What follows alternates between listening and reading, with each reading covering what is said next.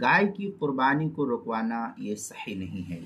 چنانچہ مسلمانوں کا کفار کے ساتھ کسی ایسی بات میں متفق ہونا جس سے شاعر اسلام کی ہتک اور بے حرمتی ہوتی ہو، یہ ناجائز اور حرام ہے۔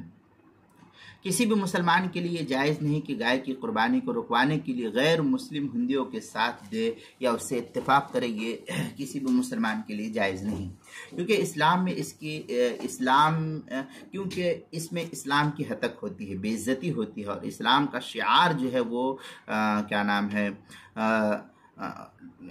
ایک طریقے سے جو ہے اس پر ضرب پڑتی ہے، اور جو شخص اسلام کے ہتک میں کافروں کا ساتھ دے گا وہ مسلمانوں میں سے نہیں رہے گا۔